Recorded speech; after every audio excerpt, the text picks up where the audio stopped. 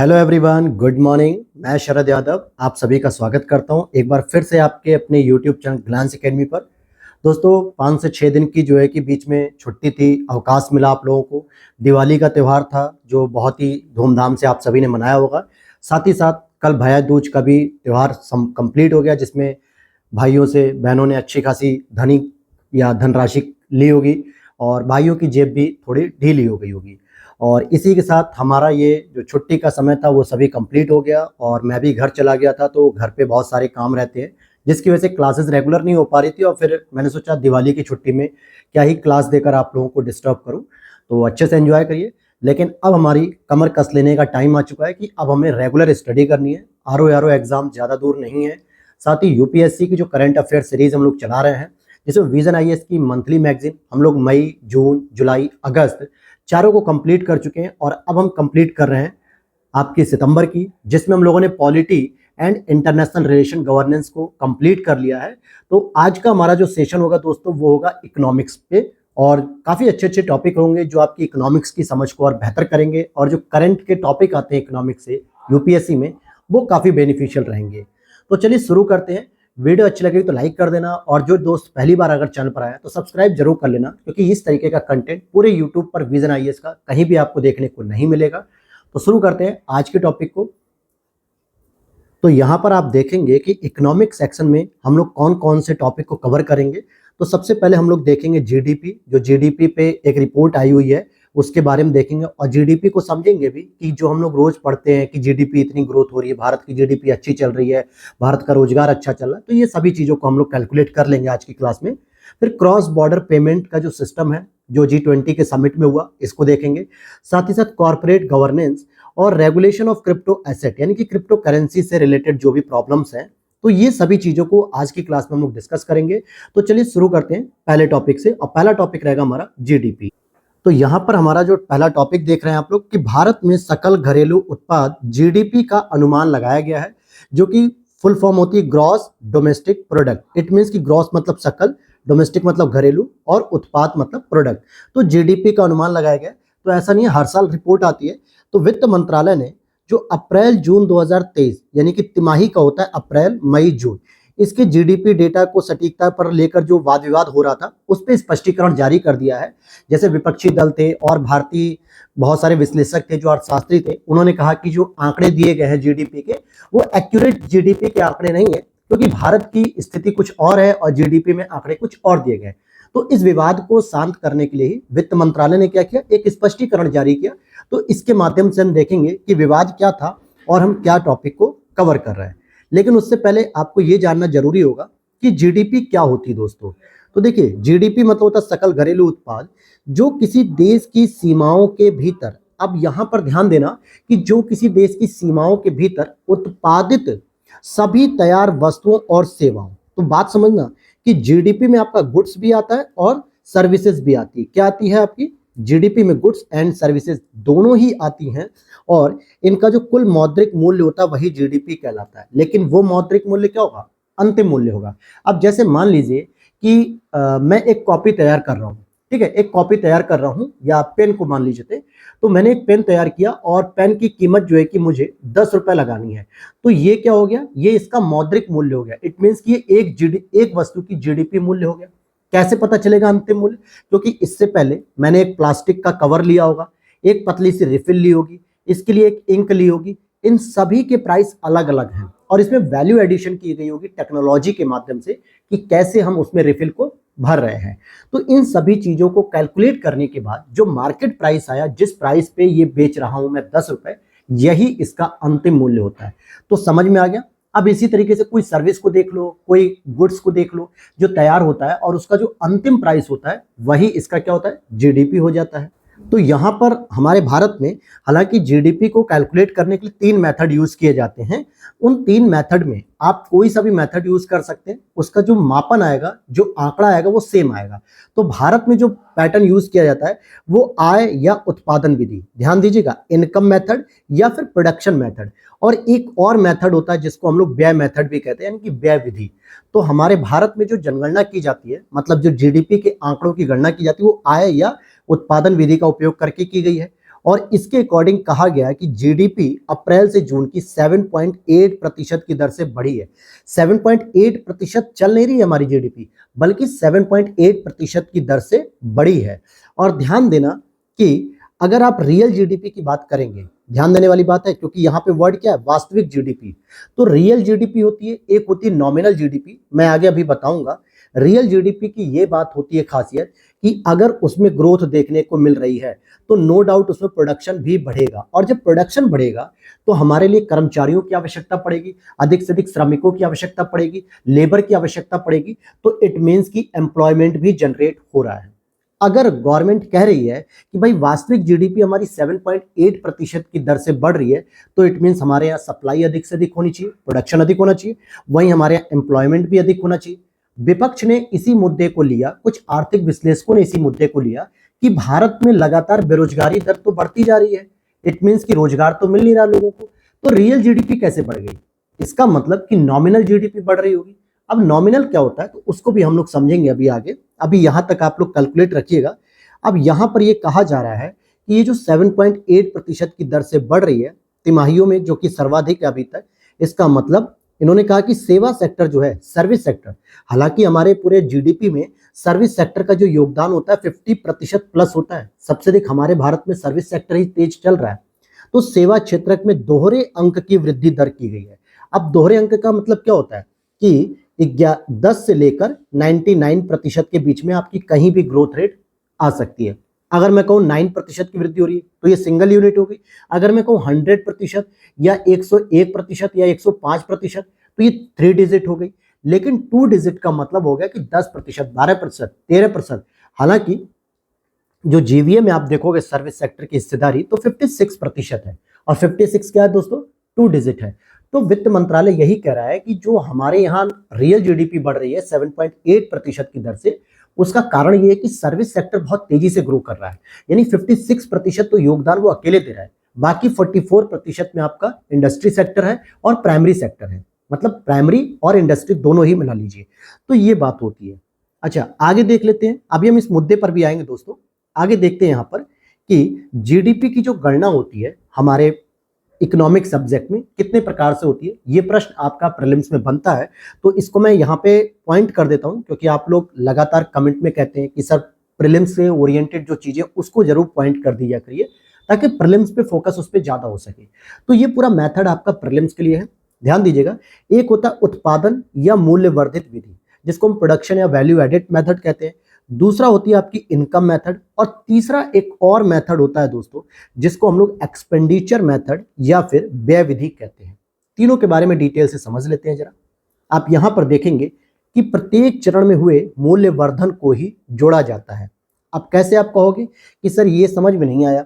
जैसे प्रारंभिक लागत के अलावा उत्पादन के प्रत्येक चरण में किसी वस्तु के मूल्य में हुई वृद्धि को मूल्यवर्धन कहा जाता है।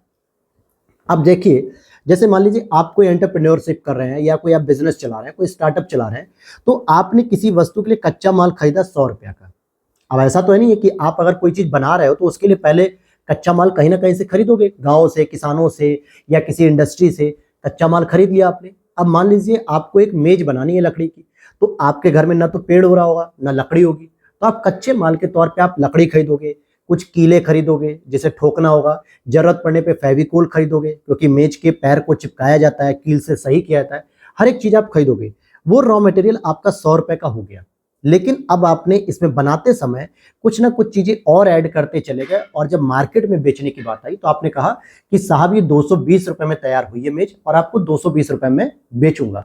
तो रॉ मटेरियल आपने खरीदा लकड़ी को 100 रुपए में, और उसको तैयार करने में जो भी चीजें यूज की गई और 220 तक जो कीमत बढ़ी, वो क्या हो गई? वो आपका वैल्यू एडिशन हो गई। इट मीन्स कि 120 रुपए जो था ये आपका वैल्यू एडिशन हो गया। तो इसी चीज को कैलकुलेट करने की मेथड को मूल्यवर्धन कहते हैं। तो आपने यहां पर समझ लिया कि मूल्यवर्धित विधि क्या होती है, वैल्यू एडिशन मेथड किसे कहते हैं। अब एक दूसरा जो मेथड है दोस्त, उसे हम लोग आय मेथड कहते हैं। आय का मतलब क्या होता है? जितने भी उत्पादन के कारक होते हैं उनको जो भी इनकम प्राप्त होती है उन सभी को टोटल कर दो, वो भी जीडीपी हो जाएगा। जैसे उत्पादन के सभी कारकों द्वारा अर्जित कुल आय का मापन किया जाता है। अब यहाँ पर बात आती है कि प्रोडक्शन के कौन कौन से फैक्टर होते हैं। तो मेजर तरीके से देखा जाए तो उन्हें 4 रूपों में डिवाइड किया गया। जैसे एक तो हो गया लेबर, चाहे वो लेबर आपका सर पे जो बोरा वगैरह रख के उठाने वाले हों, या फिर कोई प्रोफेशनल जॉब करने वाले हो, चाहे गवर्नमेंट एम्प्लॉयमेंट हो या प्राइवेट सेक्टर की जॉब हो या कॉर्पोरेट सेक्टर की जॉब हो, श्रमिक के अंतर्गत सभी को रखा गया इकोनॉमिक्स में। ऐसा नहीं कि लेबर का मतलब केवल जो मनरेगा वाले मजदूर होते हैं या असंगठित क्षेत्र के मजदूर होते हैं, रोज कमाते हैं रोज खाते हैं, वो वाले नहीं, सभी लोग इसमें इंक्लूड होते हैं। एक गवर्नमेंट एम्प्लॉय भी अगर होगा तो वो भी इसमें आएगा, अगर कोई नॉन गवर्नमेंट है, प्राइवेट सेक्टर का है, वो भी आएगा, कॉर्पोरेट सेक्टर का भी आएगा, स्टार्टअप का भी आएगा। तो सभी श्रमिक जिनको इनकम हो रही है मंथली तौर पे। दूसरा, जो लैंड है, भूमि है, जिस भूमि पे कोई स्टार्टअप चल रहा है, जिस भूमि पे कोई कंपनी लगी हुई है, जिस भूमि पे कोई किराया आ रहा है, ये सभी चीजें। तीसरा, ब्याज के तौर पे। और चौथा जो होता है, पूंजी पर जो लाभ होता है, रिटर्न होता है, ये भी तो किसी एंटरप्रेन्योर का प्रॉफिट होता है। अब मान लीजिए अगर आप स्टार्टअप कर रहे हो तो आपका स्टार्टअप का प्रॉफिट क्या होगा? जो लास्ट में होगा, जिसमें आपने श्रमिक को पैसा दे दिया, उस रेंट मतलब भूमि का किराया दे दिया, जहां पे आपने दुकान खोली है या जहां पे आप इंडस्ट्री चला रहे हैं। साथ ही साथ आपने अगर जो लोन वगैरह लिया था तो उसको ब्याज के साथ जो वापस किया, उसके बाद जो बचा वो प्रॉफिट हुआ और वो आपका बेनिफिट है। इट मीन्स वो आपका प्रॉफिट है, तो आपकी इनकम हो गई। तो इनकम को इस तरीके से मेजर किया जाता है कि 4 कैलकुलेट। फॉर एग्जाम्पल मान लेते हैं कि एक एग्जाम्पल के तौर पे मानते हैं, जहां से आपको ये चीज और क्लियर हो जाए, कि मान लेते हैं कि आपने श्रमिक को जो है कि 100 रुपए दिया, भूमि का किराया जो है कि आपने 120 रुपए दिया, ब्याज आपने 100 रुपए रिटर्न किया और 200 रुपए आपको प्रॉफिट हो गया। तो अब आप यहां पर देखो कि चारों लोगों को कुछ ना कुछ इनकम क्रिएट हुई है, और ये टोटल जोड़ोगे तो 520 रुपए जीडीपी हो गई। और यही किस मेथड के तौर पे हो गई? इनकम मेथड के तौर पे हो गई। अब यहां पर आप देखोगे जो 4 कारक बताए गए थे, उन्हीं को मैंने बताया कि एक तो भूमि, श्रम, उद्यमिता और पूंजी, यानी लैंड, लेबर, एंटरप्रेन्योरशिप और कैपिटल। कैपिटल में ध्यान रखना कि जो पूंजी होती है उसमें हमारा मनी के साथ साथ टेक्नोलॉजी भी इंक्लूड होती है। केवल पैसे को ही हम पूंजी नहीं कहते हैं। पैसे को अगर हम पूंजी कह रहे होते तो हम मनी यूज कर रहे हैं, धन यूज कर रहे हैं, रुपया यूज कर रहे हैं वर्ड, तो फिर हम पूंजी क्यों यूज कर रहे हैं? पूंजी का मतलब होता है उसमें टेक्नोलॉजी भी इंक्लूडेड होती है। अब तीसरा मेथड जो आता है वो आता है आपका एक्सपेंडिचर मेथड, यानी कि व्यय का मेथड, जिसमें वस्तुओं और सेवाओं पर सभी इकाइयों द्वारा किए गए कुल व्यय का मापन किया जाता है। अब आपने कोई भी अगर वस्तु खरीदी है तो उस पर कोई ना कोई पैसा आपने व्यय किया है, तो सारा का सारा आपने पैसा व्यय कर दिया। मान लीजिए आपने 50,000 रुपए कमाए मंथली सैलरी के तौर पे, आपने 40,000 रुपए सामान पर व्यय कर दिया। कहीं आपने खाने पीने की चीज ली, किसी सर्विस को ले लिया, या फिर कोई आपने काम करा लिया अपने घर में, या कोई सामान ले आके रख दिया, बच्चों की फीस भर दी, ये सब सर्विस तो है। 10,000 रुपए जो बचा वो आपने बैंक में जमा कर दिया। इट मीन्स कि आपने वो भी सबमिट कर दिया, कहीं ना कहीं अपने पास नहीं रखा या बैंक अकाउंट में ही पड़ा हुआ है। तो ये सभी जो व्यय करने वाले मेथड होते हैं, इनको कैलकुलेट किया जाता है, तो इसे कहा जाता है। तो जब आप आदर्श रूप में देखोगे तो उपर्युक्त तीनों विधियों में समृद्धि दर समान होगी, लेकिन थोड़ा बहुत ऊपर नीचे जो है कि हो जाता है, पॉइंट में अंतर आ जाता है, तो उसको सही किया जाता है। क्लियर हो गई? अब बात करते हैं कि भारत में जीडीपी के कौन कौन सी मेथड होते हैं। अभी मैंने आपको ऊपर बताया कि हमने आय या उत्पादन मेथड के द्वारा जो रिपोर्ट आई है वित्त मंत्रालय की, जिसमें डिस्प्यूट था, वो चीज क्लियर की। भारत में एक तो आय विधि का प्रयोग किया जाता है, मैंने ऊपर बता दिया। दूसरा, रियल या नॉमिनल जीडीपी। अब यहां पर ध्यान देना कि जो मॉस्पी है, मिनिस्ट्री ऑफ स्टैटिक्स प्लानिंग, जो इम्प्लीमेंटेशन होता है, इसमें स्थिर कीमतों पर और चालू कीमतों के आधार पर प्रत्येक 3 माह में जो जीवीए होता है, ग्रॉस वैल्यू एडिशन, आपने हर 3 महीने में कितना एडिशन किया, इसको जो है कि कैलकुलेट किया जाता है। रियल जीडीपी का जो बेस ईयर होता है दोस्तों वो 11-12 होता है, जबकि नॉमिनल जीडीपी का जो बेस ईयर होता है वो करंट ईयर होता है। जैसे बजट 2023-24 का वित्त वर्ष, 22-23 का वित्त वर्ष, 24-25 का वित्त वर्ष, तो ये नॉमिनल जीडीपी होती है जिसमें आपकी कैलकुलेट की जाती है। लेकिन रियल जीडीपी जो होती है उसका बेस ईयर होता है कि 11-12 से कंपैरिजन अगर हम करें तो इस समय कितनी वृद्धि हुई है और 11-12 में कितनी जीडीपी थी। तो अगर 11-12 के सापेक्ष अगर अब इस समय वृद्धि हो रही है तो हम उसमें देखेंगे कि उसमें प्रोडक्शन बढ़ रहा होगा, प्रोडक्शन बढ़ने से एम्प्लॉयमेंट बढ़ रहा होगा, एम्प्लॉयमेंट बढ़ने से लोगों की पर कैपिटा इनकम बढ़ रही होगी, यानी प्रति व्यक्ति आय भी बढ़ रही होगी। और इसी चीज को लेकर डिस्प्यूट हो चुका था। और जीडीपी अपस्फीतक कारक, जिसको हम लोग डिफ्लेटर कहते हैं, ये भी एक जीडीपी जो डिफ्लेटर है, ये मुद्रास्फीति की माप करने का तरीका है, और यह रियल जीडीपी और नॉमिनल जीडीपी का अनुपात होता है। क्लियर है इतनी चीज? लेकिन बात करेंगे कि जीडीपी गणना की जो वर्तमान पद्धति चल रही है भारत में, इसमें क्या क्या चुनौतियां आ रही हैं। अब यहाँ जो चुनौतियां वाला पॉइंट है, ये मेंस के अप्रोच से भी हो सकता है और प्रीलिम्स के जो स्टेटमेंट वाइज प्रश्न आते हैं वहां से भी ये प्रश्न बन जाए। जैसे डेटा की सटीकता, क्योंकि सटीकता और विश्वसनीयता पर ही निर्भर करती है जीडीपी की गणना करना, जो कि एक वित्तीय वर्ष में सारा सटीक डेटा 3 साल के बाद पब्लिश किया था। एक वित्तीय वर्ष का सटीक डेटा 3 साल के अंतराल के बाद आता है, जिसमें कहीं ना कहीं जो है कि कुछ परिवर्तन देखने को मिल सकता है, लैग मिल सकता है, लूप फॉल्स मिल सकता है। आप देखोगे जब बजट आता है, इकोनॉमिक सर्वे आता है, तो उसमें होता है कि करंट बजट, जिसमें अनुमानित व्यय और आय की बात होती है 2023-24 की, फिर उसके बाद पिछले वर्ष का जो संभावित बजट था 2022-23 का, और जिसकी धनराशि हमें मिली होती है एक्यूरेट वैल्यू 2021-22 की। तो आप सोचो कि 2023 में जो हम इकोनॉमिक सर्वे पढ़ रहे हैं वो 3 साल पुराने वाले डेटा को हम कवर कर रहे हैं, तो इस वजह से अंतर उसमें आ जाता है। ये एक चुनौती है। दूसरा, असंगठित क्षेत्र का लेखांकन। हमारे भारत में जो असंगठित क्षेत्र होते हैं जिसका कोई आंकड़ा नहीं मिल पाता है, वो एक बहुत बड़ी बाधा बना हुआ है। आप लोग अगर गवर्नमेंट सर्विस में हैं या आगे आप सिलेक्शन लेते हैं यूपीएससी या यूपीपीसीएससी या किसी भी स्टेट एग्जाम में, तो आप ऑर्गेनाइज सेक्टर में जाएंगे, संगठित क्षेत्र में, जहां पे पूरा रिकॉर्ड रहता है सरकार के पास कि आपने कितना इनकम किया, कितना एक्सपेंडिचर किया, कहाँ कहाँ यूज किया, सारी चीजें आपकी कैलकुलेटिव है। लेकिन असंगठित क्षेत्र, अब आपके घर में कोई मिस्त्री या मजदूर घर का काम कर रहा है, वो दिन भर उसने काम किया और दिहाड़ी मजदूरी के तौर पे उसे 500-600 रुपए मिल गया, लेकिन वो 500-600 रुपए उसने बैंक में जमा नहीं किए, बल्कि उसे खाया पिया, अपने परिवार की जरूरतों को पूरा किया और थोड़ा बहुत जो है कि बचत कर ली, लेकिन उसे अपने घर में ही रख लिया। तो इस तरीके से आप देखोगे इसका मापन कहाँ होगा? उस व्यक्ति की जो इनकम हो रही है पर डे 500-600 रुपए और महीने की करीब 15,000 रुपए, इसका वो कैलकुलेशन नहीं होता है जीडीपी में। कैसे नहीं हो पाता? क्योंकि असंगठित क्षेत्र एक बहुत बड़ा क्षेत्र है हमारे भारत में, जिसको कैलकुलेट करना एक बहुत बड़ी चुनौती है। ये होगी। दूसरा, जीडीपी गणना करते समय कुछ गतिविधियों को बाहर रखा गया है, जैसे अवैतनिक कार्य, घर में या स्वयं सेवकों द्वारा जो कार्य किया जाता है। कई बार ये डिमांड की गई है कि जो विमेन हैं, जो महिलाएं हैं, जो घरेलू कार्य करती हैं, उनको भी इकोनॉमिक एक्टिविटी में ऐड किया जाए तो जीडीपी का मान और तेजी से ग्रोथ करेगा। लेकिन घरेलू कार्य की हम कोई वैल्यू नहीं समझते हैं। काला बाजारी संबंधी जो गतिविधियां होती हैं वो भी जीडीपी में शामिल नहीं होती कि कितना पैसा काला बाजार से आ रहा है। तो ये सभी चुनौतियां होती हैं जिसको हमें दूर करना पड़ेगा, जिसके लिए हम देख सकते हैं आगे की राह में हम क्या कर सकते हैं। तो पहला, समय समय पर आधार वर्ष को अपडेट करो। अब सोचो, रियल जीडीपी के लिए 2011-12 के आधार वर्ष के आधार पे हम कह रहे हैं कि 7.8% की दर से प्रति वर्ष जो है कि हमारी जीडीपी बढ़ रही है। वो भी कौन सी जीडीपी बढ़ रही है? रियल जीडीपी बढ़ रही। कौन सी जीडीपी? Real GDP. और रियल जीडीपी के तौर पे हम कह रहे हैं या गवर्नमेंट कह रही है कि हमारे यहाँ एम्प्लॉयमेंट जनरेट हो रहा है, हमारे यहाँ प्रोडक्शन जनरेट हो रहा है, तो यहाँ हमारे यहाँ पर कैपिटा इनकम भी जनरेट हो रही है, यानी कि बन रही है, बढ़ रही है लोगों की। तो ये हो गई, जो कि 1 दशक से पुराना हो गया, तो इसे अपडेट करने चाहिए। दोहरी अपस्फीति यानी कि डबल डिफ्लेशन की जो स्थिति है उसको दूर किया जाना चाहिए। सटीक व ठोस डेटा होना चाहिए ताकि जीडीपी के अनुमान की सटीकता हो सके, क्योंकि जो डेटा कलेक्ट करते हैं उसका सही तरीके से संग्रह हो, भंडारण हो, उसकी प्रोसेसिंग सही तरीके से हो। अगर 3 साल बाद भी अगर हम उस चीज को इकोनॉमिक सर्वे में पब्लिश कर रहे हैं तो कम से कम उसकी सटीकता और अच्छी होनी चाहिए। वहीं उत्पादक गतिविधियों का भी मापन होना चाहिए, क्योंकि सभी उत्पादक गतिविधियों को जीडीपी आंकड़ों में शामिल किया जा सकता है, जैसे स्वैच्छिक कार्य हो गए, अवैतनिक घरेलू कार्य हो गए। आप अगर इन्हें भी शामिल कर रहे होंगे तो हमारी जीडीपी का एक सही कैलकुलेटिव फॉर्मूला आएगा। क्योंकि एक महिला अपने 24 घंटे में से करीब करीब 14-15 घंटे अपने घरेलू कार्यों में ही देती है, उसके बाद रेस्ट करती है या जो भी करती है, तो वो 14-15 घंटे एक दिन का है। आप उसकी पूरे लाइफ का अगर कैलकुलेट करो तो न जाने हमने कितनी बड़ी एक ह्यूमन कैपिटल, जिसको हम ह्यूमन कैपिटल से सोशल कैपिटल कह सकते हैं, कि वेस्ट कर दिया। हमने उस 14-15 घंटे के उस कार्य का कोई वैल्यू नहीं समझा। तो ये भी एक जीडीपी में प्रॉब्लम है, हम इसे भी सुधार कर सकते हैं।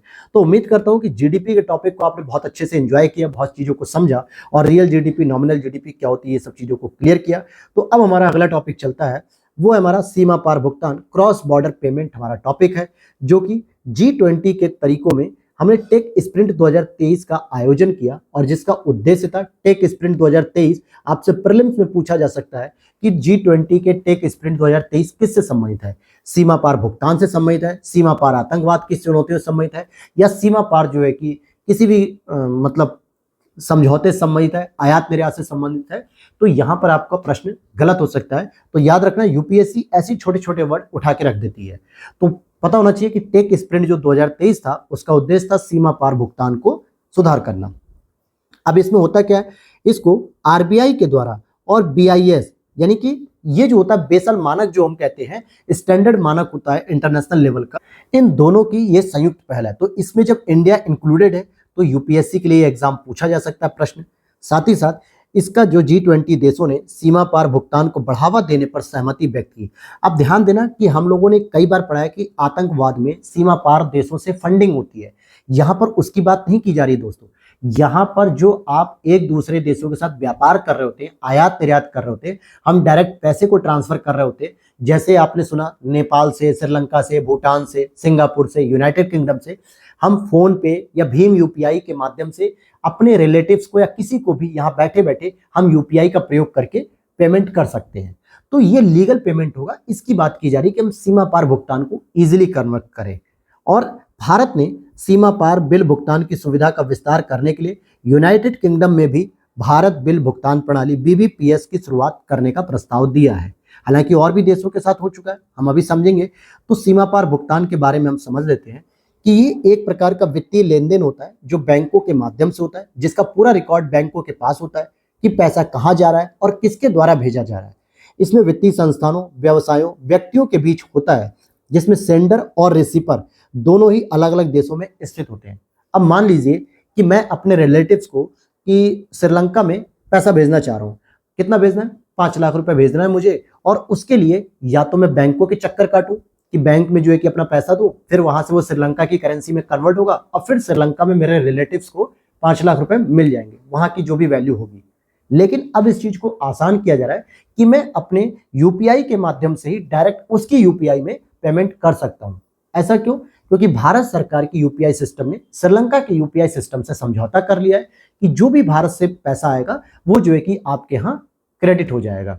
तो ये जो सुविधा मिलेगी तो मेरा समय बचा, मुझे हेडेक नहीं रहेगी, मैं बैंक के चक्कर नहीं लगाऊंगा। इसी तरीके से मैं अपने रिलेटिव्स को यूनाइटेड किंगडम में भेज सकता हूं, पैसा सिंगापुर में भेज सकता हूं।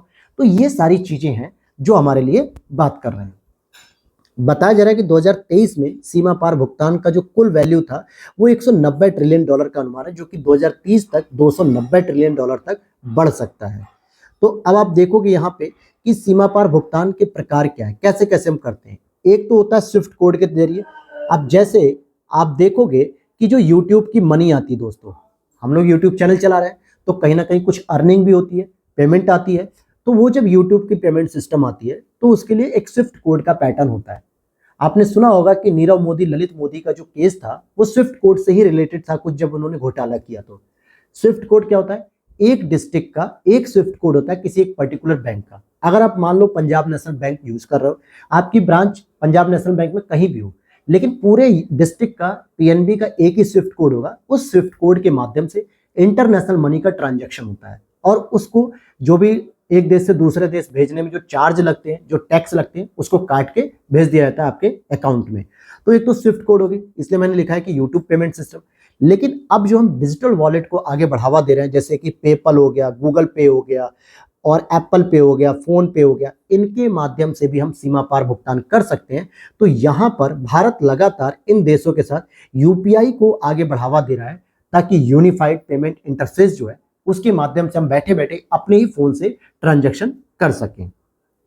वहीं एक होता है इंटरनेशनल मनी ऑर्डर, जो कागज आधारित भुगतान का तरीका है। ये पहले के समय में बहुत होता था, जैसे यूपी बिहार के जो श्रमिक खासकर जब दूसरे देशों में जाते हैं, दुबई में, सऊदी अरब में, या ईरान इराक में, या कनाडा में कहीं और जाते हो रहने के लिए, पंजाब वगैरह के लोग, तो वो मनी ऑर्डर करते थे कि भाई मैं अपने घर पे ये पते पे पैसा भेजना चाह रहा हूँ। तो ये पहले तरीका होता था, लेकिन अब मनी ऑर्डर का पैटर्न बहुत पुराना हो चुका है। वहीं क्रेडिट कार्ड से लेन देन करना, अलग अलग मुद्राओं में भुगतान स्वीकार कर सकते हैं। जैसे आप जब क्रेडिट कार्ड बनवाते हो तो आपसे बताया जाता है कि सर ये नेशनल लेवल का क्रेडिट कार्ड है जो आप भारत के अंदर कहीं भी यूज कर सकते हो, और ये इंटरनेशनल क्रेडिट कार्ड है कि आप अगर भारत से बाहर कहीं भी जाते हो घूमने के लिए, टूरिस्ट के लिए, या किसी मीटिंग के लिए, या किसी भी पर्पज से, तो आप वहां पे इस क्रेडिट कार्ड के तौर पे आप भुगतान कर सकते हो इस चीज का, क्योंकि ये इंटरनेशनल लेवल पर स्वीकृति प्रदान करता है। तो ऐसे क्रेडिट कार्ड भी बनते हैं। वहीं क्रिप्टो करेंसी होती है, जो बिटकॉइन और एथेरियम जैसी क्रिप्टो करेंसी विकेंद्रित डिजिटल मुद्राएं हैं। हालांकि क्रिप्टो करेंसी का अभी हम टॉपिक कवर करेंगे, जिसमें आपको समझ में आ जाएगा कि क्रिप्टो करेंसी में क्या क्या चैलेंजेस है, कैसे एल सल्वाडोर और कुछ एक दो देशों ने इनको वैलिड मुद्रा के रूप में मान्यता दे दी, लेकिन भारत नहीं दे रहा है। हालांकि 30% जो है कि इस पे टैक्स लेने लग गया है क्रिप्टो करेंसी पे, भारत के बजट में आया था पिछले साल। तो ये सारी चीजें भी हम समझ लेंगे वहां पे। तो आपने देखा कि सीमा पार भुगतान के कितने पैटर्न हो सकते हैं। तो अब यहाँ पर जो G20 देशों से बात हो रही है, तो इसका महत्व क्या है? पहली चीज, वित्तीय समावेशन बढ़ेगा, यानी कि जो वित्तीय भागीदारी में व्याप्त अंतर है उसे हम खत्म कर सकेंगे वैश्विक स्तर पे, क्योंकि भारत के मैक्सिमम लोग विदेश में अगर रह रहे हैं, जैसे पंजाब, हरियाणा और चंडीगढ़ के जो बहुत सारे लोग हैं, उनके हर घरों में से एक ना दो कैंडिडेट कनाडा में रह रहे हैं। अब वो यहाँ से अगर पैसा भेजना चाहे कनाडा में, तो यहाँ से यूपीआई का प्रयोग कर सकते हैं। अब कौन जाएगा दोस्तों बैंकों में, पोस्ट ऑफिस में मनी ऑर्डर करने कागज पे लेके। हर व्यक्ति चाहता है कि आजकल की भाग दौड़ की दुनिया में हमारा काम मिनट में हो जाना चाहिए। अब पता चला मेरा कोई रिलेटिव कनाडा में फंसा पड़ा है किसी जगह, उसे अर्जेंट पैसे चाहिए, उसने मुझे फोन किया और मैं पैसे भेजने में 2 दिन लगा रहा हूँ, बैंकों के चक्कर लगा रहा हूँ, पोस्ट ऑफिस के चक्कर लगा रहा हूँ, या संडे पड़ गया और संडे में बैंक तो खुलती नहीं भारत में, हो सकता है विदेशों में खुलती हो, सबके अलग अलग नियम है। तो ऐसे में मैं बैठे बैठे यूपीआई का प्रयोग करके सीमा पार भुगतान कर सकता हूँ, जो कि G20 के तहत आरबीआई और बीआईएस की संयुक्त पहल है, टेक स्प्रिंट। तो यही चीजों को बढ़ावा देने की बात की जा रही है, वैश्विक बाजारों तक पहुंच भी हो सकेगी। अब मान लेता हूं कि मैं किसी चीज को आयात करता हूं, मैं कोई बिजनेस कर रहा हूं और मैंने किसी सामान को भारत में मंगवाया किसी इंटरनेशनल व्यापारी से, और बताया कि अगर आपके यहाँ भारत के साथ यूपीआई समझौता है तो मैं आपको सर यूपीआई में ही पैसे भेज देता हूँ, आप अपनी करेंसी में वहां से विड्रॉ कर लीजिएगा। क्यों मैं जो है कि एक बार कस्टम ड्यूटी दूं, कस्टम पे जाऊं, वहां से जो है कि आपके डॉलर में कन्वर्ट कराऊं, फिर मैं आपके अकाउंट में भेजूं। इसमें 1 से 2 दिन का प्रोसेस होगा। जिन अधिकारियों के माध्यम से पैसा भिजवाना होगा बैंक का प्रयोग करके, उन्हें भी कुछ ना कुछ चढ़ावा देना पड़ेगा। तो सबसे आसान हो जाएगा कि मैं वैश्विक बाजार में अपनी भागीदारी स्थापित कर पाऊंगा, वैश्विक स्तर पे बड़े बड़े बिजनेस डील कर पाऊंगा, इजीली मैं पेमेंट सिस्टम कर पाऊंगा उनको, और उनसे पेमेंट रिसीव भी कर पाऊंगा। तो दोनों फायदे होंगे। विविधीकरण व्यवसायों को अपने ग्राहकों, आपूर्तिकर्ताओं और निवेश पोर्टफोलियो में विविधता लाने में सक्षम बनाएगा, क्योंकि अब मैं इसके माध्यम से अलग अलग देशों, जहां जहां मेरा यूपीआई सिस्टम काम कर रहा होगा भारत का, जिसके साथ समझौता हुआ है, जैसे अभी मैं बताऊंगा कौन कौन से देशों से समझौता हुआ है, तो ये आसान हो सकेगा। दूसरा, वैश्वीकरण की जो मूलभूत प्रक्रिया है कि हम बॉर्डरलेस वर्ल्ड में रह रहे हैं, मतलब कोई भी सीमा नहीं है हमारे बीच में, हम एक देश से दूसरे देश में इजीली वीडियो कॉल कर लेते हैं, कॉन्फ्रेंस कर लेते हैं, मीटिंग्स कर लेते हैं, जूम मीटिंग, उनसे डिबेट कर लेते हैं, डिस्कशन कर लेते हैं। तो अब उनसे हम व्यापार भी कर सकेंगे इजीली और आसानी से। अब आपको देखना पड़ेगा कि आपने अक्सर पढ़ा होगा रिपोर्ट में कि जो एक रिपोर्ट जारी की जाती है, आपको बताना है कौन जारी करता है। रेमिटेंस एक रिपोर्ट आती है जिसमें भारत का नंबर 1 स्थान है, कि भारत में सबसे अधिक रेमिटेंस आता है और सबसे अधिक गुजरात राज्य में आता है। तो रेमिटेंस क्या होता है? जैसे हमारे परिवार के सदस्य कोई बाहर काम कर रहा है, वहां पैसे कमा रहा है, तो वो क्या करता है, अपने खर्चे के बाद जो भी 20-25 हजार रुपए बचे, उसे वो अपने परिवार को वापस भेज देता है कि यार मेरे परिवार का खर्चा चलता रहना चाहिए। अक्सर ऐसा सऊदी अरब, दुबई और इन सब क्षेत्रों में होता है। जो 3-3 साल 4 साल तक नहीं आ पाते भारत, उनका वीजा परमिट नहीं होता है, तो वो हर महीने की सैलरी में से कुछ बचा के अपने घर वापस पैसे को भेज देते हैं। तो वो जो रेमिटेंस होता है दोस्तों, जो बचत करके, तो उसके लिए वो लोग क्या करते हैं, अब जैसे दुबई वाला देश होगा, कोई यूएई में होगा, तो वो जाएगा वहाँ की सेंट्रल बैंक में या रीजनल बैंक में, वहाँ से पैसे का ऑर्डर देगा कि सर मेरा परिवार बिहार में रहता है या यूपी में रहता है या पंजाब में रहता है, तो मैं अपने परिवार को ये कुछ पैसा भेजना चाहता हूँ। तो वो क्या करेगा, वहाँ पे पूरा प्रोसेस करेगा। एक दिन की हो सकता है छुट्टी भी लेनी पड़ जाए उसे, उस देश के नियम अलग अलग है, तो छुट्टी भी लेनी पड़ जाएगी। उस एक दिन की कमाई उसकी रुक गई, क्योंकि एक दिन आपने छुट्टी ली तो आपको पैसा नहीं मिलेगा, ऐसा हो सकता है वहाँ पे। ठीक है, तो उससे नुकसान हो रहा है, उसके समय का नुकसान हो रहा है, उसका हेक्टिक शेड्यूल हो जा रहा है, काफी तनाव हो रहा है, घर पैसा पहुंचा कि नहीं पहुंचा, ये सारी चीजों में बहुत प्रॉब्लम आ रही है। तो अब यूएई के साथ अगर भारत ने यूपीआई समझौता कर रखा है, या G20 के तहत ये सीमा पार भुगतान में यूएई शामिल रहेगा, तो विद इन 1 मिनट के अंदर वो व्यक्ति अपनी इनकम का जितना भी बचा हुआ हिस्सा है वो यूपीआई के माध्यम से भारत भेज देगा, विद इन 1 मिनट, 1 मिनट के अंदर। तो रेमिटेंस में अगर आप देखोगे, पहला स्थान भारत का है। हालांकि मैं यहाँ पे बता भी देता हूँ कि 2023 में भारत को कुल 70.97 बिलियन अमेरिकी डॉलर एफडीआई प्राप्त हुआ, जो कि अंकटाड ने कहा कि 7th पोजीशन पे इंडिया है। तो ये जो एफडीआई प्राप्त हो रही है दोस्तों, जो डॉलर के रूप में होती है, तो ये हमें यूपीआई के तौर पे आसानी से जल्दी जल्दी मिल जाएगी। और विप्रेषण, जिसको हम लोग रेमिटेंस कहते हैं, जिसमें भारत नंबर 1 स्थान पे बना हुआ है 2016 के बाद से लगातार, तो इसमें भी सुविधा हमें मिलेगी। अब जैसे यहाँ पर कुछ चीजें और देखने को मिलती है कि सीमा पार भुगतान में कुछ बाधाएं भी हैं, जैसे अलग अलग देशों के अलग अलग सरकारी नियम भी होते हैं। हमारे भारत का नियम अलग है कि भाई हम अपने यूपीआई के माध्यम से मैक्सिमम टू मैक्सिमम 1 लाख रुपए ट्रांसफर कर सकते हैं, वो भी एक बार में 25 हजार, या किसी के अकाउंट में ऐसा होगा कि एक बार में 50 हजार से ज्यादा नहीं हो सकता। तो सबकी अलग अलग पॉलिसी है। तो हो सकता है दूसरा बैंक भी तो ये, या दूसरे देश का भी तो बैंक एक नियम रखेगा ना कि आप वहां के यूपीआई के माध्यम से मैक्सिमम 25,000 रुपए ही एक दिन में भेज सकते हो, और उसे भेजना 1 लाख रुपए, तो 4 दिन का वेट करेगा। और जबकि इमरजेंसी पड़ी हुई है कि मुझे 1 लाख रुपए आज ही चाहिए, तो वो व्यक्ति है पैसे उसके पास, लेकिन वो दुबई से नहीं भेज पा रहा है, इंग्लैंड से नहीं भेज पा रहा है, सिंगापुर से नहीं भेज पा रहा, क्योंकि हर देश के नियम अलग अलग हैं। तो इसमें यूनिफॉर्मिटी होना बहुत जरूरी है, एक रूपता होना बहुत जरूरी है। वित्तीय डेटा के मानकीकरण की कमी, हर देशों के वित्तीय डेटा का मानक अलग अलग होता है। अप्रचलित प्रौद्योगिकी प्लेटफॉर्म, कुछ ऐसे भी टेक्नोलॉजी प्लेटफॉर्म है जो बहुत प्रचलित नहीं है, बहुत पॉपुलर नहीं है, बहुत पिछड़े हुए हैं, ये भी इशू है। फिर सुरक्षा जोखिम, जैसे मनी लॉन्ड्रिंग ना होने लगे, आतंकी वित्त पोषण ना हो। क्या गारंटी है कि मैं अगर यहाँ से इंग्लैंड अगर अपने रिलेटिव्स को पैसा भेज रहा हूँ, तो उसको कैसे चेक किया जाएगा कि ये पैसा मैं उसकी जरूरत के लिए भेज रहा हूँ, या कहीं मैं मनी लॉन्ड्रिंग तो नहीं कर रहा हूँ, ब्लैक मनी को व्हाइट मनी में कन्वर्ट तो नहीं कर रहा हूँ, या कहीं मैं आतंकवादी फंडिंग तो नहीं दे रहा हूँ। इसकी जानकारी कैसे होगी, ये कैसे पता किया जाएगा? भाई मैंने तो यहाँ से यूपीआई कर दिया, और वो व्यक्ति भी नीट एंड क्लीन है, उसका जो है कि सारा बैकग्राउंड ठीक है, लेकिन हो सकता है उसके माध्यम से किसी और को पैसा जा रहा हो आगे, तो ये कैसे पता चलेगा? ये चीज तो गोपनीय हो गई।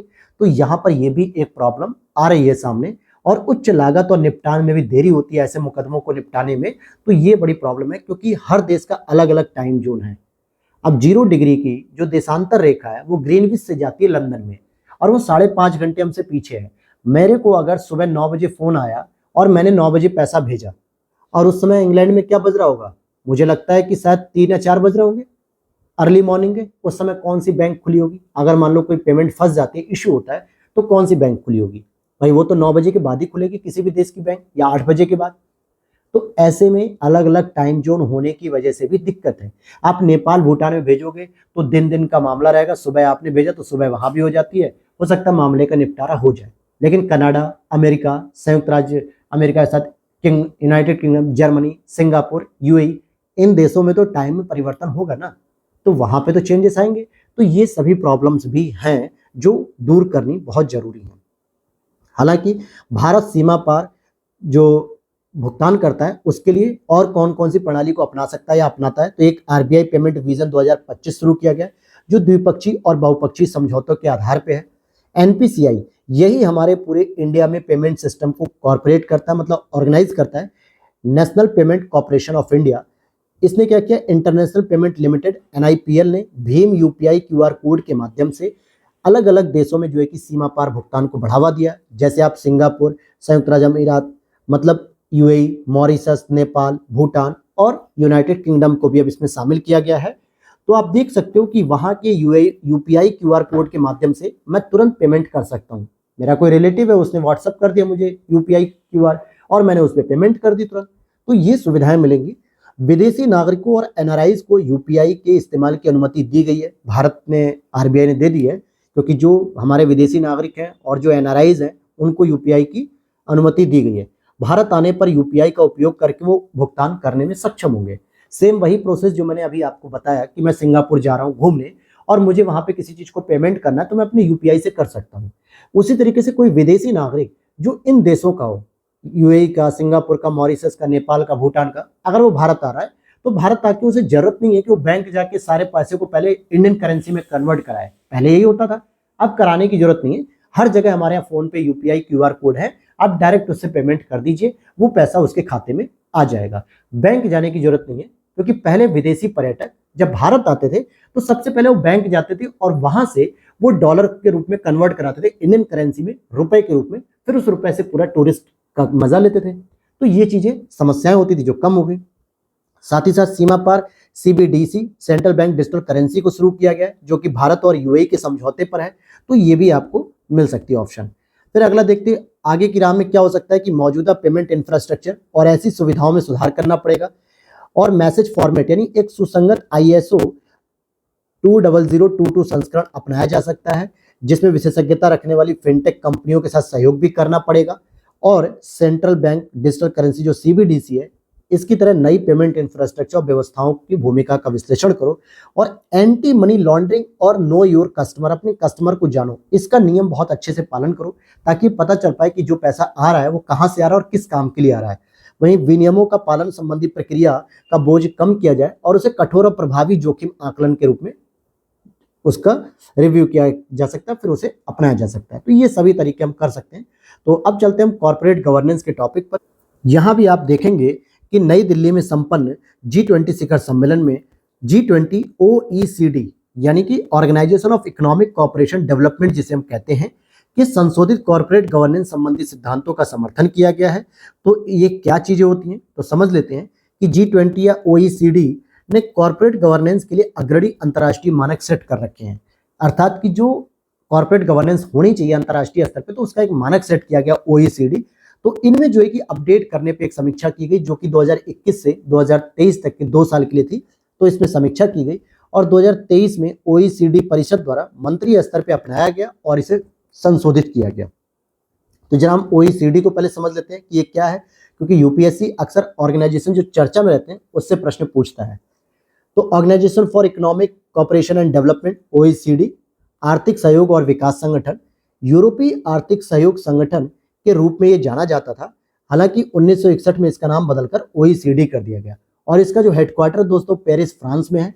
38 सदस्य हैं वर्तमान में इसको, और भारत इसका सदस्य नहीं है। ये इंपॉर्टेंट पॉइंट है प्रीलिम्स के लिए।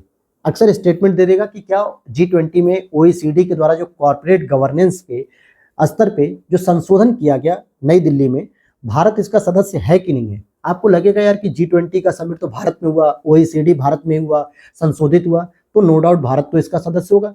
तो यही गलती कर दोगे, प्रमुख भागीदार तो है लेकिन इसका सदस्य नहीं है। प्रीलिम्स के लिए बहुत इंपॉर्टेंट पॉइंट है, ये याद रखिएगा। देखते हैं कॉर्पोरेट गवर्नेंस क्या होती है।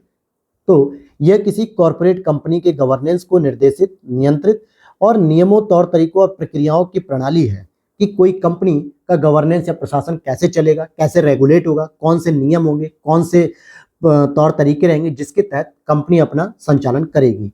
और कॉर्पोरेट गवर्नेंस के जरिए अलग अलग हितधारकों जैसे कि शेयर धारक जो है, मैनेजमेंट जो देखते हैं, ग्राहक, आपूर्तिकर्ता, वित्त प्रदाता, सरकार, समुदाय, इन सभी के हितों को संतुलित किया जाता है। इन सभी के हितों को क्या किया जाता है, संतुलित किया जाता है। तो कॉर्पोरेट गवर्नेंस के जो मूल सिद्धांत हैं उसको देख लेते हैं कि अगर आप कॉर्पोरेट गवर्नेंस के मूल सिद्धांतों में देखोगे तो उस कंपनी की जवाबदेही पहले तो तय होनी चाहिए।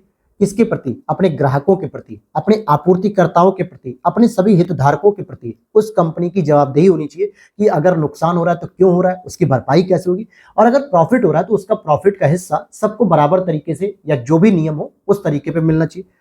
साथ ही साथ उस कंपनी में अगर कोई भी काम हो रहा है, कोई भी नियम बनाया जा रहा है, कोई भी नए रूल्स लाए जा रहे हैं या पुराने कानून को बदला जा रहा है, संशोधन किया जा रहा है, तो उसमें पारदर्शिता होनी चाहिए, ट्रांसपेरेंसी होनी चाहिए, लोगों को पता होना चाहिए जो उसके हितधारक हैं, सरकार, समुदाय, इन्वेस्टर्स, ग्राहक, इन सभी को पता रहना चाहिए।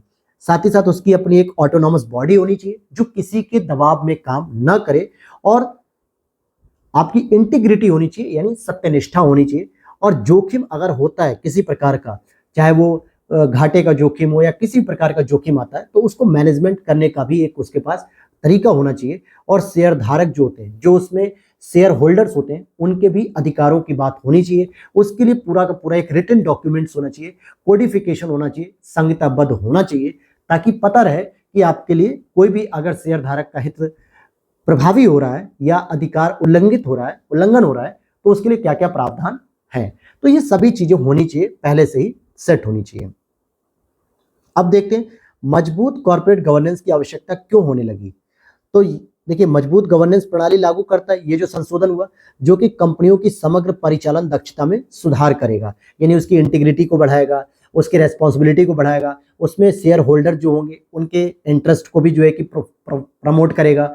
साथ ही साथ अगर किसी प्रकार का रिस्क होता है, कोई घाटा होता है, जोखिम होता है, तो उसको मैनेजमेंट भी अच्छे से करेगा। ये सभी चीजों में उसकी दक्षता सुधरेगी, जिससे वित्तीय प्रदर्शन में उसका सुधार हो सकेगा कंपनी का। और किसी कंपनी का अगर इंटरनेशनल लेवल पे वित्तीय प्रदर्शन अच्छा हो रहा है तो नो डाउट उसमें लोग इन्वेस्ट करने के लिए उत्सुक होंगे। जैसे एप्पल कंपनी देखो, मार्क जकरबर्ग की कंपनी देख लो, जो फेसबुक वगैरह देखो, या टेस्ला की कंपनी देख लीजिए, एलन मस्क की, या फिर आप अपने अंबानी साहब की देखिए, जियो कंपनी हो गई, या कोई भी कंपनी देख लो, रिलायंस इंडस्ट्री। तो इसमें इन्वेस्ट करने के लिए जो है इन्वेस्टर होगा वो प्रमोट होगा, मतलब एक दूसरे से बात करेगा। वहीं एक मजबूत फ्रेमवर्क व्यक्तिगत और संस्थागत निवेशकों के बीच भरोसा और विश्वास पैदा करेगा। व्यक्तिगत स्तर पे भी और संस्थागत स्तर पे भी। मान लीजिए मैंने किसी कंपनी में कुछ शेयर खरीदे हैं 15-20 लाख के, तो मुझे भरोसा होगा कि हाँ ये कंपनी कोई भी काम करती है तो मेरे पास इंफॉर्मेशन आती है मैसेज के थ्रू चाहे मेल के थ्रू कि सर हम इसके जो है कि रेट बढ़ाने वाले हैं या इसके शेयर को बेचने वाले हैं, आपके पास इंफॉर्मेशन भेज दी गई। या कोई नियम अगर बनाया जा रहा है तो मुझे भी बताया जाएगा कि सर आपके 15 लाख का जो शेयर है उसका ये नुकसान हो सकता है, ये प्रॉफिट हो सकता है, डिसीजन आप समय से ले लीजिए। अगर ये सारी जानकारी अगर मुझे मिल रही है तो मैं उस कंपनी पे भरोसा करूंगा कि हाँ यार कुछ भी है वो चीजें मुझे बताते हैं, मेरे को इतना समय देते हैं कि मैं अपने डिसीजन ले सकूं कि मुझे इस कंपनी के साथ क्या करना है, मैं इसके शेयर का क्या करूं। तो ये चीज होनी चाहिए और यही चीज संस्थाओं के बीच में भी होनी चाहिए जिससे भरोसा डेवलप होता है। क्लियर हुई बात? पूंजी बाजार से वित्त पोषण तक पहुंच में सुधार होगा। पूंजी बाजार का मतलब होता है कि शेयर मार्केट, और शेयर मार्केट से जो पैसा होता है वो गवर्नमेंट के द्वारा जो वित्त पोषण किया जाता है, जो अपने घाटे के लिए जो है कि पैसा कलेक्ट किया जाता है, उसमें भी सुधार होगा। साथ ही साथ इनोवेशन, प्रोडक्टिविटी और एंटरप्रेन्योरशिप, नवाचार, उत्पादकता और उद्यमिता में भी बढ़ावा देखने को मिलेगा। और अगर कॉर्पोरेट गवर्नेंस का पालन नहीं करोगे तो नकारात्मक आर्थिक प्रभाव हो सकते हैं, नेगेटिव हो सकता है, उस कंपनी की छवि खराब होगी, उस कंपनी में कोई इन्वेस्ट नहीं करना चाहेगा, उस कंपनी में एफडीआई नहीं आएगी तो वो कंपनी कोलैप्स कर जाएगी और उसमें जितने लोगों को रोजगार मिला या उसमें जितने लोग शेयर होल्डर्स थे या उसमें जितने लोग मैनेजिंग डायरेक्टर थे उन सभी को नुकसान बहुत उठाना पड़ेगा, तो दिक्कत होगी। वही सकारात्मक सामाजिक प्रभाव भी पैदा किया जा सकता है और बेहतर उत्पादकता, बेहतर टीम के साथ अगर आप काम करोगे तो एक पॉजिटिव कॉर्पोरेट कल्चर को बढ़ावा मिलेगा। आज भी हम लोग गवर्नमेंट सेक्टर की नौकरी के लिए ज्यादा प्रेफर करते हैं, कॉर्पोरेट सेक्टर या शेयर मार्केट में नहीं जाते हैं। बहुत सारे लोग यूट्यूब पे आप ट्रेडिंग कर रहे हैं, ट्रेडिंग के लिए पूरा वीडियो बना के दिखाते हैं कि कैसे मैं ट्रेडिंग करता हूं, जो स्टॉक पे आप सुनोगे बहुत सारे ट्रेडर्स बहुत सक्सेस भी हुए। लेकिन अभी भी अगर मैं आपसे कहूं कि आपको 3 से 4 हजार रुपए का शेयर मार्केट में पैसा इन्वेस्ट कर देना चाहिए तो आप कहोगे सर डूब सकता है पैसा, शेयर मार्केट में मेरा पैसा डूब जाएगा। तो सोचो आप 3 से 4 हजार रुपए पे भी आप रिस्क नहीं लेना चाह रहे हो तो कोई 1 लाख 2 लाख पे क्यों रिस्क लेगा।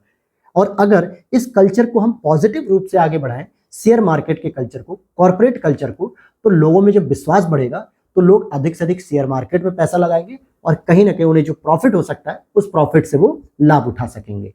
तो ये सारी चीज हो गई। लेकिन भारत में कॉर्पोरेट गवर्नेंस के सामने कुछ चुनौतियां भी हैं और वो चुनौतियां क्या है दोस्तों कि कई कंपनियों का स्वामित्व तो कुछ विशेष परिवारों के पास ही है और स्वामित्व और प्रबंधन का काम अलग नहीं हो पाता है। यानी कि ऑनरशिप भी है और मैनेजमेंट भी है, जबकि मैनेजमेंट अलग होनी चाहिए, ऑनरशिप अलग होनी चाहिए। जैसे रिलायंस कम्युनिकेशन है, रिलायंस इंडस्ट्रीज है, उसका ऑनर हो सकता है धीरू भाई अंबानी, मुकेश अंबानी, अनिल अंबानी, किसी के पास हो, लेकिन उसमें जो मैनेजिंग डायरेक्टर है वो अलग होने चाहिए। लेकिन होता क्या, उसी के परिवार में नीता अंबानी बन गई, पता चला कि वो उसका बेटा बन गया, उसकी बहू बन गई, उसकी बेटी बन गई, वही सब मैनेजिंग डायरेक्टर भी है, वही ऑनरशिप भी उनके पास है। तो ये कॉन्फ्लिक्ट होता है, जबकि अलग अलग होना चाहिए। स्वतंत्र निदेशकों की कमी होती है क्योंकि जब एक ही परिवार के डायरेक्टर सबसे अधिक रहेंगे तो जो एक दो जो डायरेक्टर बाहर के होते हैं जो उस कंपनी या उस परिवार से संबंधित नहीं होते तो उन पर दबाव बनाया जाता है, जिससे हितों का टकराव होता है और सही निर्णय नहीं ले पाते हैं। वहीं निवेशकों के बीच ज्ञान और जागरूकता का भाव, आप में से कई लोग ऐसे होंगे जिन्होंने इन्वेस्ट तो किया होगा शेयर मार्केट में, कहीं पेटीएम के शेयर मार्केट में किया होगा, जोमेटो में किया होगा, स्विगी में कर दिया, या हल्दीराम की कंपनी में किया, या रिलायंस कंपनी में किया, टाटा इंडस्ट्री में किया, किसी में भी। लेकिन आप में से 90% लोगों को ये जानकारी नहीं होगी कि हम उस शेयर मार्केट का प्रॉफिट कैसे ले सकते हैं, हम उसको सही तरीके से कैसे यूज कर सकते हैं। मैंने अभी आपको एग्जांपल दिया कि 3 से 4 हजार रुपए अगर मैं इन्वेस्ट करने के लिए कहूं तो आपका पहला जवाब आएगा कि सर डूब जाएगा पैसा, हमारा रिस्क हो जाएगा, हम नहीं। क्यों? क्योंकि आपको उसकी नॉलेज नहीं है, आपकी उसकी जागरूकता नहीं है, ज्ञान नहीं है, इसलिए आप डर रहे हैं। अगर आपको नॉलेज होगी तो शेयर मार्केट में पैसा लगाओगे और करोड़ों रुपए कमा सकते हो। तो ये भी चीजें प्रॉब्लम है हमारे भारत में। साथ ही साथ सरकारी नीतियों का दायरा बहुत काफी सीमित है जो बहुत प्रॉब्लम करती है। जैसे सेबी ने केवल शीर्ष की 1000 सूचीबद्ध कंपनियों के लिए वार्षिक BRSR को प्रकाशित करने का निर्देश किया। अब ये क्या है, तो दोस्तों ये मैंने शायद अगस्त की मंथली मैगजीन में बहुत डिटेल से बताया इकोनॉमिक्स के टॉपिक में, वहां आप इसको समझ सकते हैं। वहीं भारतीय कंपनियों के संचालन पारदर्शिता की कमी है, सीमित प्रकटीकरण है, इन सभी चीजों की कठिनाइयां है और धोखाधड़ीपूर्ण व्यवहार भी होता है और वित्तीय अनियमितताओं के मामले भी अक्सर आते हैं, जो कि आप देखोगे 2018 में ILFS घोटाला, जो कि एक NBFC कंपनी थी, non banking finance corporation company थी, जो लोगों को ऋण देती थी घरों को बनाने के लिए, इंफ्रास्ट्रक्चर डेवलपमेंट करने के लिए, लेकिन इसके अपने ही सिस्टम में बहुत बड़ा घोटाला देखने को मिला। तो ऐसी कंपनियों के भ्रष्टाचार होते हैं। और वहीं कम शेयर वालों और अन्य हितधारकों की सीमित भागीदारी भी देखने को मिलती है। तो भारत में कॉर्पोरेट गवर्नेंस के लिए कौन कौन से नियम होते हैं? तो कंपनी अधिनियम 2013 चलता है, सेबी का एक अधिनियम चलता है, institute of chartered accountants of India, ये आपको नहीं पता होगा मैक्सिमम लोगों को, क्योंकि मैक्सिमम लोग स्टडी करते समय कंपनी अधिनियम जानते हैं और सेबी जानते हैं, लेकिन ये नहीं पता होगा। साथ ही साथ भारतीय कंपनी सचिव संस्थान, institute of company secretariat of India, इसको भी चलाया जाता है, इसके भी माध्यम से। और कॉर्पोरेट मामलों का मंत्रालय, ये तो है ही है। तो 2 से 3 नियम पता होंगे, लेकिन ये 2 नहीं पता होंगे, तीसरे और चौथे। तो याद कर लेना, यूपीएससी ऐसे स्टेटमेंट वाइज दे देगी कि भारत में कंपनी के कॉर्पोरेट गवर्नेंस के लिए किन किन नियमों का प्रयोग किया जाता है। तो ये 5 ऑप्शन दे देगी और नीचे कूट दे देगी 1 2 1 2 3 3 4 3 4 5 ऐसे करके, तो आपको मिलान करना होगा। फिर आगे की राह में देख सकते हैं कि जो नए सिद्धांत आ रहे हैं संशोधित करके, उसमें यही किया जा रहा है कि संसाधनों का कुशल आवंटन को बढ़ावा दिया जाए, विधि के शासन के अनुरूप पारदर्शी होने चाहिए वो सभी चीजें, शेयर धारकों के अधिकारों की रक्षा होनी चाहिए, विदेशी शेयर धारकों सहित सभी शेयर धारकों के साथ न्याय संगत व्यवहार सुनिश्चित होना चाहिए। अक्सर ऐसा होता है कि हम विदेशी शेयर धारकों के साथ अच्छा व्यवहार नहीं करते हैं, क्योंकि हमें लगता है विदेशी शेयर धारक कितने होंगे, गिने चुने होंगे, तो हम अगर उनको नुकसान भी पहुंचा रहे हैं तो हमारा कुछ नहीं जाएगा। जबकि होना क्या चाहिए, हम सभी के साथ अच्छा व्यवहार करें, सभी शेयर धारकों के हितों का बचाव करें। शेयर धारकों के अधिकारों का अगर उल्लंघन होता है तो उचित लागत और तत्काल निवारण प्रदान किया जाना चाहिए। तो ये सभी चीजें नए रूप में जो है कि लाई जा रही है ओईसीडी में। तो और साथ ही साथ आप देखो कि बोर्ड की जिम्मेदारियों में कहा जा रहा है कि कंपनी के प्रबंधन की प्रभावी निगरानी सुनिश्चित होनी चाहिए और बोर्ड की कंपनी शेयर धारकों के प्रति जवाबदेही भी सुनिश्चित करे, क्योंकि मैंने अभी बताया कॉर्पोरेट गवर्नेंस के सिद्धांत में जवाबदेही थी, पारदर्शिता थी, जोखिम प्रबंधन था, शेयर धारकों के अधिकार थे, ये सभी चीजें थी जो कि शेयर धारकों के प्रति उन्हें जवाबदेही होनी चाहिए। कंपनी की संधारणीयता और लचीलेपन से संबंधित निर्णय होने चाहिए, जिससे कंपनी अपने स्वरूप और अपने अस्तित्व को बचाए रखे और लगातार प्रॉफिट की ओर बढ़ते रहे। संधारणीयता संबंधी जो प्रकटीकरण का फ्रेमवर्क है, जो मैंने पिछले मंथ की मैगजीन में कराया है, आप लोग जरूर देख लीजिएगा। और शेयर धारकों तथा हितधारकों के बीच एक मुक्त संवाद की व्यवस्था स्थापित की जानी चाहिए कि जितने भी हितधारक हैं, government, community, company, managing director, ownership, share धारक और साथ ही साथ जो शेयर होल्डर्स हैं, उनके बीच में एक मंच ऐसा होना चाहिए जिसमें हर 2 महीने 3 महीने पे कोई ना कोई मीटिंग ऑर्गेनाइज की जाए, जिससे कि अगर कोई भी प्रॉब्लम आ रही है कंपनी में तो उसका समाधान भी प्रस्तुत किया जा सके। तो ये था दोस्तों कॉर्पोरेट गवर्नेंस का टॉपिक, जो आपने समझा होगा बहुत अच्छे से। तो अब हम लोग रेगुलर क्लास करेंगे और ये आपको क्लास मिलेगी अब क्रिप्टो जो है, क्रिप्टो करेंसी पे, और आगे भी 3-4 टॉपिक को और कवर करेंगे। तो हम लोग कल की क्लास में से शुरू करेंगे और आज के लिए इतना ही, क्योंकि क्लास ज़्यादा लंबी हो गई, क्योंकि ऊपर के जो जीडीपी टॉपिक थे और जो आपका नेक्स्ट टॉपिक था सीमा पार भुगतान, जिसपे मैंने बहुत डिटेल से बताया, जो कि आपको समझ में आना चाहिए। टॉपिक कंप्लीट करना टारगेट नहीं होता है, टारगेट ये होता है कि टॉपिक की समझ अच्छे से हो, ताकि आपके मेंस आंसर राइटिंग में अप्रोच अच्छी हो सके और प्रीलिम्स के लिए कौन कौन से नजरिए आपको चाहिए एलिमिनेट करने के लिए, सॉल्यूशन करने के लिए, वो डेवलप हो सके। यही मेरा टारगेट होता है कि विजन आईएएस की मंथली मैगजीन, जो कि बड़ी टफ जैसे वर्डों का प्रयोग करती, कठिन शब्दों का प्रयोग करती, उसको आसान भाषा में उस पूरे पैराग्राफ को समझ पाओ आप। बस यही मेरी कोशिश रहती है।